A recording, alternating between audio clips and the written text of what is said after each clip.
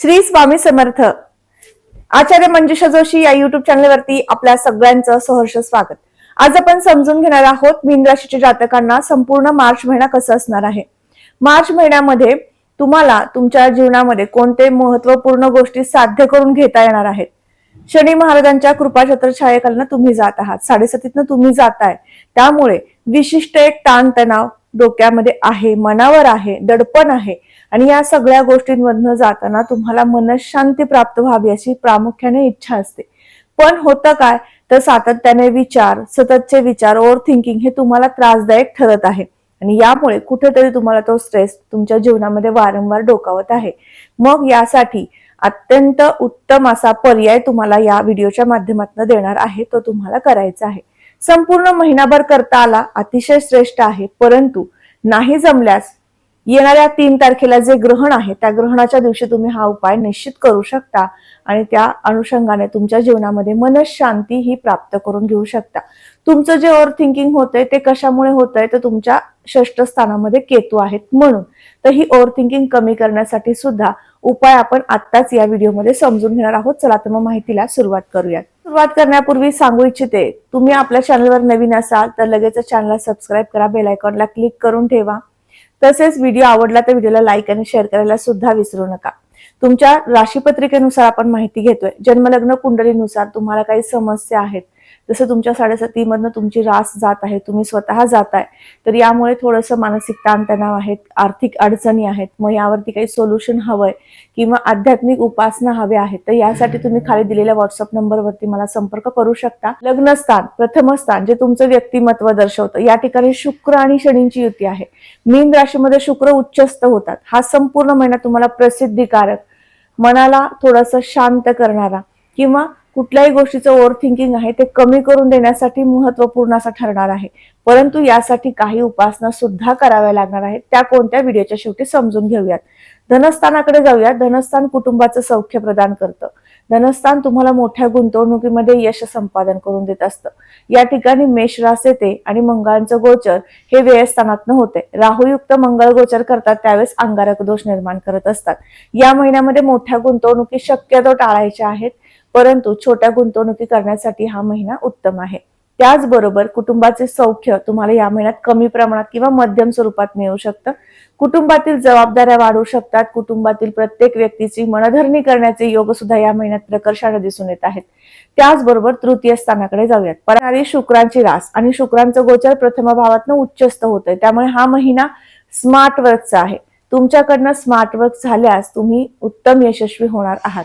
कुठल्याही प्रकारचा ताणतणाव न निर्माण होता त्या कामातनं तुम्ही अगदी उत्तम प्रकारे यशस्वी झालेले दिसू शकता.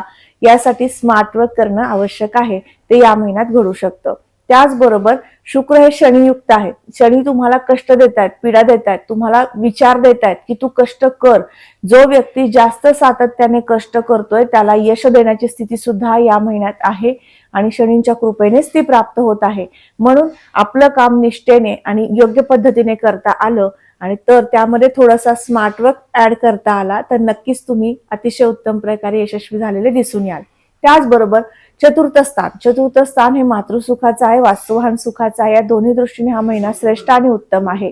राशीपत्रिकेतील पंचम स्थानाकडे जाऊया. शिक्षण, संतती आणि प्रेम प्रणय आपण 5व्या घरावरनं पाहतो आणि या सर्व दृष्टीने विचार केला तर शिक्षणासाठी हा महिना उत्तम आहे. संतान सौख्यासाठी सुद्धा हा महिना उत्तम आहे.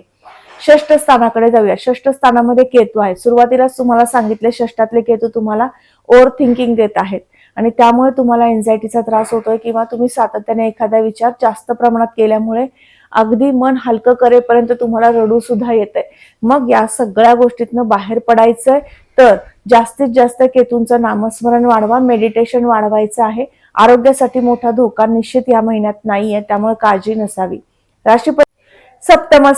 सप्तम स्थान अत्यंत महत्वाचं आहे तुमच्या जोडीदाराचं सौख्य प्रदान करून घेण्यासाठी आणि यासाठी तुम्हाला सप्तम स्थानामध्ये असणारी बुधांची स्थिती पाहणं आवश्यक आहे.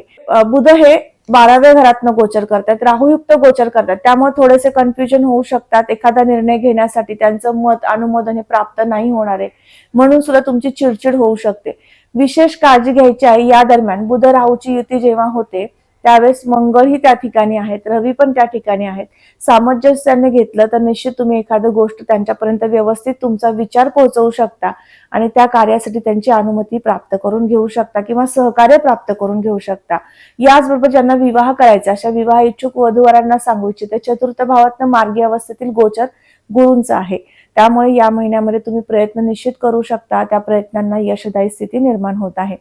राशीपत्रिकेनुसार माहिती घेतोय, त्यामुळे तुमच्या जन्मलग्न कुंडलीमध्ये गुरुदेवांची स्थिती काय आहे, गुरुदेव कोणत्या स्थानात तुमच्या सप्तम स्थानाला पाहतायत, या दृष्टिकोनातून आपल्याला अधिक माहिती मिळू शकते. विवाह या वर्षी घडू शकतो का, या महिन्यात घडू शकतो का, या सगळ्या गोष्टींचा उलगडा होऊ शकतो. त्यासाठी तुमची जन्मलग्न कुंडली तपासून घेणं तितकंच गरजेचं आहे. पार्टनरशिप मधील काही व्यवसाय सुरू करताय, निश्चित करा, त्यासाठी उत्तम पत्रिका तुम्हाला साथ देणारी आहे. त्याचबरोबर राशीपत्रिकेतील भाग्यस्थान अत्यंत महत्वाचं आहे. शुभ संकेतासाठी, नवीन नोकरीसाठी अतिशय श्रेष्ठ मानलं जातं. त्याचबरोबर आध्यात्मिक बैठक, आध्यात्मिक उपासनेसाठी सुद्धा फार महत्वपूर्ण ठरतं. या ठिकाणी येणारी मंगळांची रास आणि मंगळांचं गोचर 12व्या स्थानात होतं. 12वं स्थान कशाचं आहे, मोक्ष प्राप्तीचं आहे. आध्यात्मिक उपासनेचा केंद्रबिंदू म्हणजे 12वं स्थान. म्हणून या महिन्यामध्ये तुमच्याकडनं धार्मिक कार्यांमध्ये सम्मिलित होणं, आध्यात्मिक वृत्ती वाढणं, उपासना वाढणं, या सगळ्या चांगल्या गोष्टी सुद्धा होऊ शकतात. म्हणून तुमची मनशांतीकडे एक पाऊल पुढे जाऊ शकतं, मनशांती मिळू शकते. म्हणून तुम्हाला सुरुवातीला सांगितलं की तुम्ही मेडिटेशनचा आधार घ्यायचा आहे. तुमचा मानसिक जो गोंधळ उडालेला आहे, जास्त ओव्हर थिंकिंग होतंय, ते आपण इथे कमी करू शकतो. राशीपत्रिकेतील 9वं घर हे नोकरीतील संधी दर्शवतं. या महिन्यात नोकरीची संधी प्राप्त होऊ शकते. निश्चित तुम्ही प्रयत्न वाढवायचे आहेत. याचबरोबर व्यवसाय स्थानाकडे जाऊया. 10वं घर हे व्यवसाय स्थान म्हणून ओळखलं जातं आणि दशमस्थानाचे अधिपती गुरु यांचं गोचर 11 मार्च 2026 रोजी मार्गी अवस्थेत होणार आहे. हे अत्यंत शुभदायी तुम्हाला वार्ता आहे. तुमच्या जीवनामध्ये उत्कर्ष प्रगतीसाठी, बिझनेस पुढे घेऊन जाण्यासाठी महत्वपूर्ण ठरणार आहे. या महिन्यामध्ये ज्यांचा कागद, कापड, गोड पदार्थ, द्रव पदार्थ, लाकूड या संदर्भातील व्यवसाय आहे, फर्निचर संदर्भातील व्यवसाय तुमचे असतील तर तुम्हाला उत्तम आणि तेजीमध्ये ते व्यवसाय आलेले दिसून येणार आहेत. ज्यांचा कापड उद्योग आहे त्यांना विशिष्ट सूचना असेल, तुमच्यासाठी हा महिना श्रेष्ठ उत्तम आहे. या महिन्यामध्ये थोडंसं गुरुचं दान तुम्हाला द्यायचं आहे, जेणेकरून तुमच्या जीवनामध्ये चांगली प्रगती होऊ शकते. याचबरोबर आर्थिक लाभस्थान 11वं घर, या ठिकाणी आपण आर्थिक स्थिती, संचय याच्या गोष्टीबद्दलची माहिती घेत असतो. या ठिकाणी येणारी मकर राशी आहे. मकर रास ही शनीची रास आहे आणि शनींचं गोचर प्रथम भावात न होत आहे, शुक्रयुक्त. त्यामुळे या महिन्यामध्ये स्वकर्तृत्वाने चांगलं कार्य करून तुम्हाला उत्पन्नाचा स्रोत निर्माण करून देणारी स्थिती आहे. पैसा, सुव्यवस्था, नियोजन या सगळ्या गोष्टी लागू शकतात, अशा पद्धतीने उत्तम स्थिती आहे. व्यापारासाठी मोठ्या गुंतवणुकी करण्याची संधी मिळणार आहे. नवीन एखादा फ्लॅट किंवा मोकळी जागा तुम्हाला घ्यायची असेल तर त्यासाठी तुम्हाला लागणारं अर्थार्जन याची सुद्धा सोय या महिन्यात होऊ शकते. त्यामुळे त्या दृष्टिकोनातून सुद्धा तुम्हाला काही बँकेकडनं लोन घ्यायचं असेल तर तुम्ही प्रयत्न निश्चित करू शकता. याचबरोबर 12वं घर हे खर्चाचं आहे. त्या खर्चाबद्दल आपण समजून घेतलं की तुम्हाला या महिन्यात सकारात्मक खर्च जसा असणार आहे तसं कुटुंबाच्या जबाबदाऱ्या वाढणार आहेत. कुटुंबातील प्रत्येक व्यक्तींच्या हितासाठी तुम्हाला खर्च करण्याचे योग आहेत. अर्थात तो खर्च आपण सकारात्मकच धरूयात. म्हणून या महिन्यामध्ये जास्त उपासनेकडे जायचं आहे. महिन्यात उपासना काय करू शकता, संपूर्ण महिनाभर तुम्हाला मारुती स्तोत्र पठण करायचं आहे आणि त्याचबरोबर या संपूर्ण महिनाभर तुम्हाला गणपती स्तोत्राचं पठण सुद्धा करायचं आहे. मनशांती प्राप्त होईल, कामाची गती वाढेल, सकारात्मक ऊर्जा प्राप्त होईल. हे सगळ्या गोष्टी घडू शकतात. ग्रहण कालावधीमध्ये तुम्ही काय उपासना करणार आहात? ग्रहण कालावधीमध्ये नमःशिवाय मंत्राचा जप जास्तीत जास्त करायचा आहे आणि गम गणपते नमः या मंत्राचा जप सुद्धा जास्तीत जास्त करायचा आहे. या 2 गोष्टी प्रामुख्याने तुमच्यासाठी सूचना असतील. ग्रहणाच्या दिवशी सुद्धा करायच्या आहेत आणि त्याचबरोबर संपूर्ण महिनाभर पण सुरू ठेवायच्या आहेत. दुसरी गोष्ट म्हणजे या महिन्यामध्ये रामनवमीचा नवरात्री उत्सव येत आहे.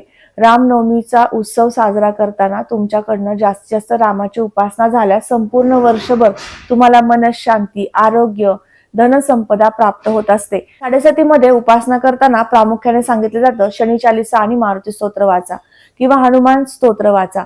तर ज्यावेळेस आपण एखाद्या उपास्य देवतेची उपासना करतो तर त्याचे आराध्य देव जे आहेत त्यांची जर उपासना करता आली तर साडेतीची जी तीव्रता आहे, जे प्रमाण आहे ते अगदी सौम्य होऊ शकतं आणि त्यासाठी रामनवमीचं औचित्य साधून तुम्ही उपासना करायची आहे. प्रथम दिवस म्हणजेच चैत्र पाडवा, तिथपासून ते 9 दिवस रामनवमी उत्सव असतो आणि या रामनवमीच्या उत्सव कालावधीमध्ये रोज एकदा किंवा 13 वेळा तुम्हाला रामरक्षेचं स्तोत्र म्हणता आलं तर निश्चित करा. यामुळे तुमच्या मनामध्ये शांतता, कामामध्ये गती आणि त्याचबरोबर आर्थिक संचय असे चांगले योग तुम्हाला घडून येऊ शकतात. संपूर्ण वर्षभर याचे चांगले परिणाम तुम्हाला दिसू शकतात. म्हणून हे एक विशिष्ट उपासना तुम्हाला सुचवलेली आहे. नक्की करून पहा.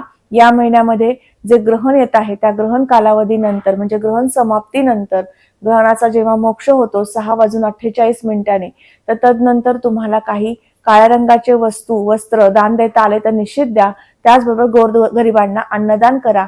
त्या माध्यमातून तुम्हाला 7:30चे परिणाम जे अशुभ प्रमाणात तुमच्यावरती होत आहेत ते सगळे नष्ट होऊ शकतात, कमी होऊ शकतात. आज आपण समजून घेतलं मीन राशीच्या जातकांना संपूर्ण मार्च महिना कसा आहे. आजचा हा महत्वपूर्ण व्हिडिओ तुम्हाला कसा वाटला लगेचच कमेंट करून सांगा. कमेंटमध्ये श्री स्वामी समर्थ लिहिण्यास अजिबात विसरू नका. तुम्ही आपल्या चॅनलवर नवीन असाल लगेच चॅनलला सबस्क्राईब करा, बेल आयकॉनला क्लिक करा. पुन्हा भेटणार आहे अशाच माहितीला घेऊन. तोपर्यंत आत्ता आपली रजा घेते. श्री स्वामी समर्थ. जय जय स्वामी समर्थ. रामकृष्ण हरी.